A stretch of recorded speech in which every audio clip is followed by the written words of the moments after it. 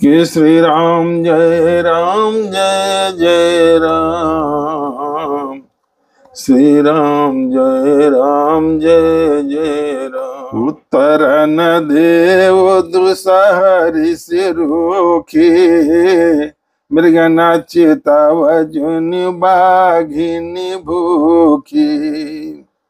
अरे व्याधि असाधि जान तिन्ह त्यागी, चली कहत मति मंदया भागी।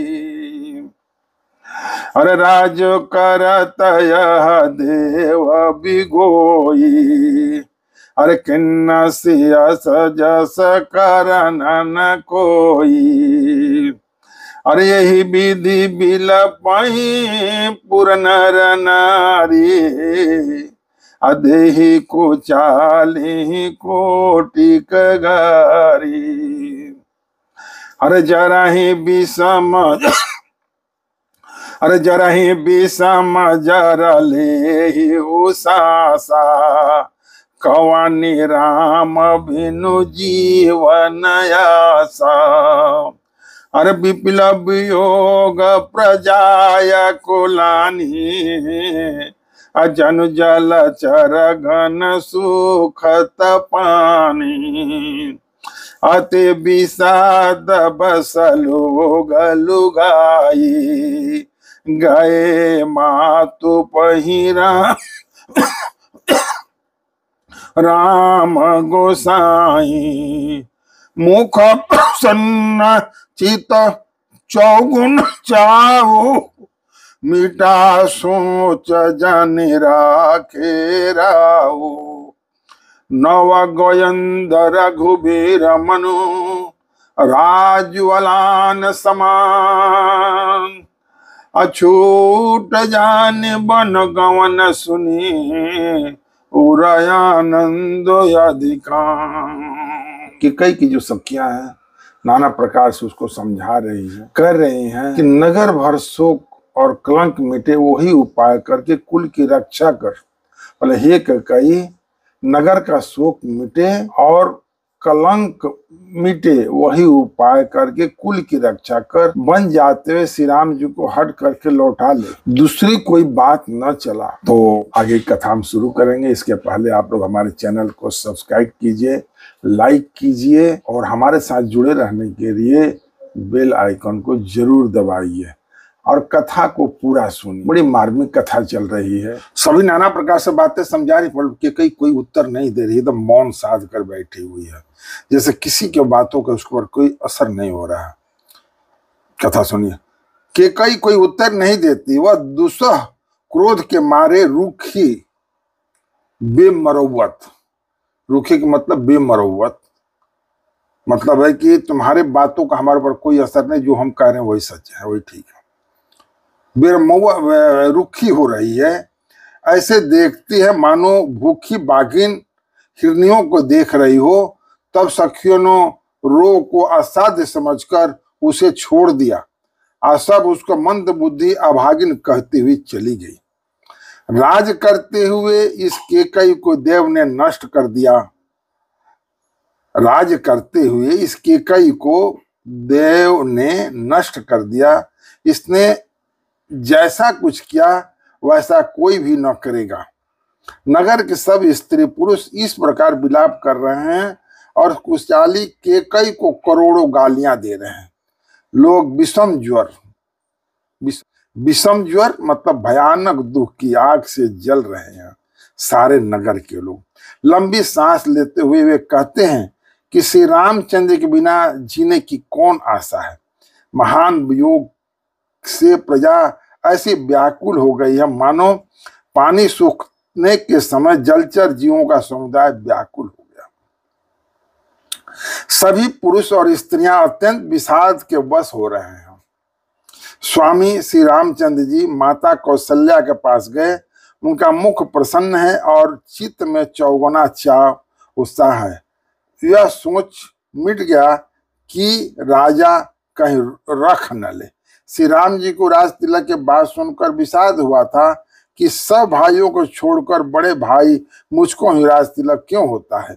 अब माता की कई की आज्ञा और पिता की मौन सम्मति पाकर वह सोच मिट गया। श्री रामचंद्र का मन नए पकड़े हुए हाथी के समान और राज तिलक उस हाथी के बंधन की कांटेदार लोहे की बेड़ी के समान बन जाना है। यह सुनकर अपने को बंधन से छूटा जानकर उनके हृदय में आनंद बढ़ गया। रघुकुल तिलक जोरी दोहा था, मुदित मातु पद नयउ माथा। हर दिन आशीष लायुरलीने, भूषण बसन निछावर किन्ने। अरे बार बार मुख चुंबती माता, नयन नेह जल पुलकित गाता। गोद राखी पुनि हृदय लगाए, स्रवत प्रेम रस पयद सुहाए। अरे प्रेम प्रमोदन कुछ कही जाई, रंक धन द पदवी जनु पाई। असादर सुंदर अबदनो निहारी, अबोले मधुर बचन महतारी। कहाँ हूँ तात जननी बलिहारी, अरे कबही लगन मुद मंगलकारी। अरे सुकृत शील सुख शिव सुहाई, जन्म लाभ कई अवधिया घाई। अरे जेहि चाहत नर नारी सब, अति आरती यही भात। अजिमि चातक चातक त्रिसती, अवृष्टि शरद ऋतु स्वात।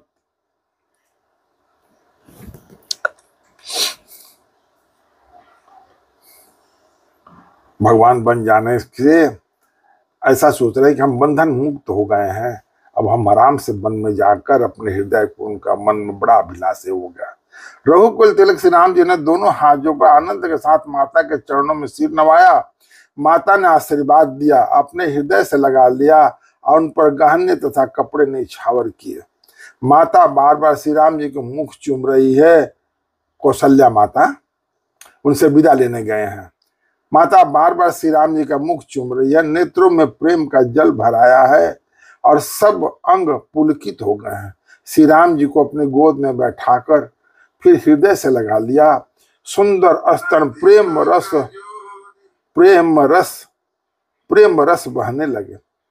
माता की उस उम्र में यदि प्रेम की अगाध अधिकता हो जाती है तो स्तन से दूध निकल आते हैं अपने पुत्र के लिए। उस उम्र में भी माता के स्तन से दूध बहने लगे। उनका प्रेम और महान आनंद कुछ कहा नहीं जाता। मानो कंगाल ने कुबेर का पद पा लिया हो। बड़े आदर के साथ सुंदर मुख देखकर माता मधुर वचन बोली, हे तात माता बलिहारी जाती है, कहो वह आनंद मंगलकारी लगन कब है जो मेरे पुण्यशील और सुख की सुंदर सीमा है और जन्म लेने के लाभ की पूर्णतम अवधि है। माने हमारे जन्म लेने की पूर्णतः, माने रास्ते में जाते जाते जहां रास्ते का अंत हो जाता है, पूर्णतः सीमा जो अवधि समाप्त हो गई है वो अवधि कब है, तथा जिस लगन को सभी स्त्री पुरुष आनंद व्याकुलता से इस प्रकार चाहते हैं जिस प्रकार प्यासे चातक और चातकी शरद ऋतु के स्वाति नक्षत्र की वर्षा को चाहते हैं। माता कह रही हैं,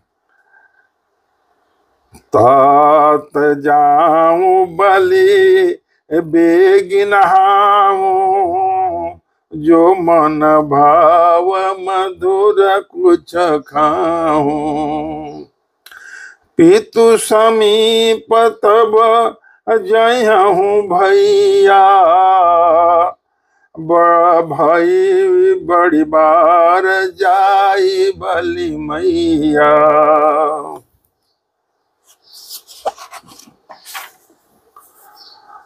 मातु बचन सुनी अति अनुकूला, जनु स्नेह सुरत रुके फूला। सुखम मकरंद भरे सियमूला, निरखि राम मनो भंवरु न भूला।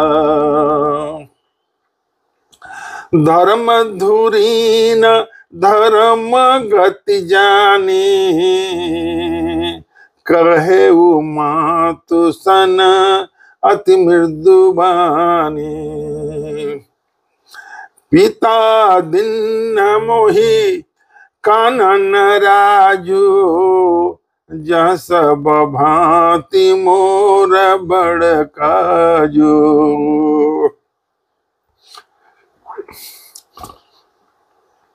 आयुष देहि मुदित मन माता, जहि मुद मंगल कानन जाता। जनि स्नेह बस डर पसी भोरे, आनंदय बयानुग्रह तोरे। बरस 4 10 विपिन बसी, करि पितु बचन प्रमाण। आई पाय पुन देखो, मुनि जुन करसी मलान। माता कह रही हैं, हे तात मैं बलैया लेती हूँ। बलैया का मतलब है कि तुम्हारा कष्ट दुख सुख सब मैं हर लेती हूँ, सब अपने ऊपर ले लेती हूँ। तुम जल्दी नहा लो और जो मन भावे कुछ मिठाई खा लो। भैया तब पिता के पास जाना, बहुत देर हो गई है। माता बलिहारी जाती है, कहीं जल्दी करो बहुत देर हो गई। माता के अत्यंत अनुकूल वचन सुनकर, जो मानो स्नेह रूपी कल्प वृक्ष के फूल थे, जे सुख रूपी मकरंद पुष्प रस से भरे, मकरंद मतलब पुष्प रस से भरे हुए, पुष्प रस से भरे थे और श्री राज लक्ष्मी के मूल थे, ऐसे बचन रूपी फूल को देखकर श्री रामचंद्र जी का मन रूपी भौरा उन पर नहीं भूला। धर्म धुरीण श्री रामचंद्र जी ने धर्म की गति को जानकर माता से अत्यंत कोमल वाणी कहा है। माता कौशल्या को अभी तक पता ही नहीं है कि क्या क्या हुआ और क्या क्या होने जा रहा है। अत्यंत कोमल वाणी से कहा, हे माता, पिताजी ने मुझको वन का राज्य दिया है, जहां सब प्रकार से मेरा बड़ा काम बनने वाला है। हे माता, तू प्रसन्न मन से मुझे आज्ञा दे, जिससे मेरी वन यात्रा में आनंद मंगलमय हो। मेरे स्नेहवश भूल कर भी डरना नहीं। हे माता, तेरी कृपा से आनंद ही होगा। 14 वर्ष वन में रहकर पिताजी के वचनों को प्रमाणित सत्य कर फिर लौटकर तेरे चरणों का दर्शन करूंगा। तुम मन को मलान या दुखी न कर। बचन विनीत मधुर रघुबर के, सरसम लागे मातौर कर के। अरे सहमी सुखी सुनी शीतल बानी, जिमि जवस पर पावस पानी। कही न जाए कुछ हृदय विषादो, मनहु मृगी सुन के हरिनादो। नयन सजल तन थर थर कापी, मांजही खाई मीन जनु मापी, अर धरि धीरज सुत बदन निहारी, गद गद बचन कहत महतारी, तात पिता ही तुम प्राण पियारे, देखा मुदित नित चरित तुम्हारे, हे राजा देन कहो शुभ दिन साधा, कहो जान बन कही अपराधा, तात सुनावहु मोहि निदानो, को दिन कर कुल भयउ किसानो, निरखि राम रुख सचिव सुत, कारण कहु बुझाय, सुन प्रसंग रही मुख जिमी, दशा बरनी नहीं जाय। माता कौशल्या कहे तुम तो भगवान राजा दशरथ के प्राणों से ही प्रिय हो, तो तुमको वन का राज्य कैसे दे रहे हैं, तुमको वन जाने कैसे, क्या अपराध हुआ है तुमसे, क्या गलती हुई है तुमसे।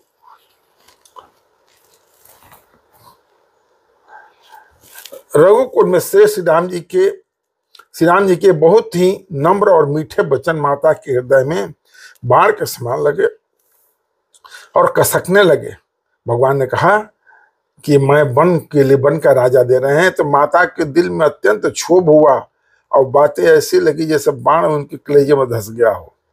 उस शीतल वाणी को सुनकर कौशल्या वैसे ही समकर सूख गई जैसे बरसात का पानी पड़ने से जवाब सूख जाता है। हृदय का विषाद कुछ कहा नहीं जाता, मानो सिंह की गर्जना सुनकर हिरनी विकल हो गई हो। नेत्रों में जल भराया, शरीर थरथर कांपने लगा, मानो मछली माजा पहली वर्षा का फेन खाकर बदहवास हो गई हो। मछली जो है माजा मतलब जब बारिश होती है तो गाज की तरफ फेन निकलता है, वो यदि मछली खा लेती है तो बेहोश हो जाती है, पागल की तरफ मछली की हालत हो जाती है। बारिश होने पर देखते हैं जो फेन उठता है गाज की तरफ सफेद से उठता है, उसी को माजा कहते हैं। झाग, माजा, झाग ये सब कहते हैं। और वही यदि मछली खा लेती है तो बदहास हो जाती है। धीरज धर का पुत्र का मुंह देखकर माता गदगद वचन से कहने लगी, हे माता, हे तात, तुम तो पिता को प्राणों के समान प्रिय हो, तुम्हारे चरित्र को देखकर वे नित्य प्रसन्न होते थे। राज देने के लिए उन्होंने ही शुभ दिन शोधवाया था, फिर अब किस अपराध से बन जाने को कहा। हे तात, तुम मुझे इसका कारण सुनाओ। सूर्यवंश रूपी वन को जलाने के लिए अग्नि कौन हो गया? मैंने सूर्यवंश को रूपी वन को जलाने के लिए अग्नि का काम कौन कर रहा है? तब श्री रामचंद्र जी का रुख देखकर पुत्र ने सब कारण समझा कहा। मंत्री के पुत्र ने सब कारण समझा कहा। उस प्रसंग को सुनकर वो गूंगी जैसे रह गई। उनकी दशा का वर्णन नहीं किया जा सकता। माता जो सुमंत के पुत्र थे, राजा राम के साथ में थे, उन्होंने सारी बातें कौशल्या माता को बताई। वो बातें सुनकर कौशल्या माता चुप हो गई, ऐसे चुप हुई जैसे गूंगी हो गई। राखे न सकाय न कैसा का जाऊं, दोहे बात और दारो न दाओ। लिखित सुधागा लिखित लिखी राहो, विदगति बाम सदा सब काहूं। धर्म स्नेह भय मति घेरी, भयगति साप छुछुंदर केरी। अरे राखाऊं सुतहि का रहु अनुरोधो, धर्म जाय अरो बंधु विरोधो। कहु जान बन तो बड़ी हानि, संकट सोच विवश भई रानी। बहुरी समुझतिय धर्म सयानी, राम भरत दो सुत समझानी। सरल स्वभाव राम महतारी, बोली बचन धीर धरि भारी। तात जाव बलि किन्नउनी का, पितु आयुष सब धर्म कटिका। राज दिन कई दिन बन, मोहिन सो दुख लेस। तुम बिनु भरत भूपति, अप्रजा ही प्रचंड कलेश। माता जो है चुप हो गई। कहने का मतलब है कि वो गूंगी इसलिए हो गई कि भगवान राम यदि बन नहीं जाते हैं तो राजा भरत को राज्याभिषेक नहीं होगा। तो दोनों तरफ से दोषी, भरत भी उनके प्राण प्रिय हैं और राम भी, इसीलिए वो मूक हो गए। फिर कहती हैं न रख ही सकती है, न यह कह सकती है कि बन चले जाओ। दोनों ही प्रकार से हृदय में बड़ा भारी संताप हो रहा है। मन में सोचती है कि देखो विधाता की चाल सदा सबके लिए टेढ़ी होती है। लिखने लगे चंद्रमा और लिख गया राहु। धर्म और स्नेह दोनों ने कौशल्या जी की बुद्धि को घेर लिया। उनकी दशा सांप छुछुंदर सी हो गई। वे सोचने लगी यदि मैं अनुरोध हट करके पुत्र को रख लेती हूं तो धर्म जाता है और भाइयों में विरोध होता है, और यदि बन जाने को कहती हूं तो बड़ी हानि होती है। इस प्रकार के धर्म संकट में पड़कर रानी विशेष रूप से सोच के वश हो गई। फिर बुद्धिमती कौशल्या जी स्त्री धर्म पतिव्रत धर्म को समझकर राम तथा भरत दोनों पुत्रों को समान समझकर सरल स्वभाव वाले श्री रामचंद्र की माता बड़ी धीरज धरकर वचन बोली, हे तात, मैं बलिहारी जाती हूं। तुमने अच्छा किया। पिता की आज्ञा पालन करना ही सब धर्मों का शिरोमणि धर्म।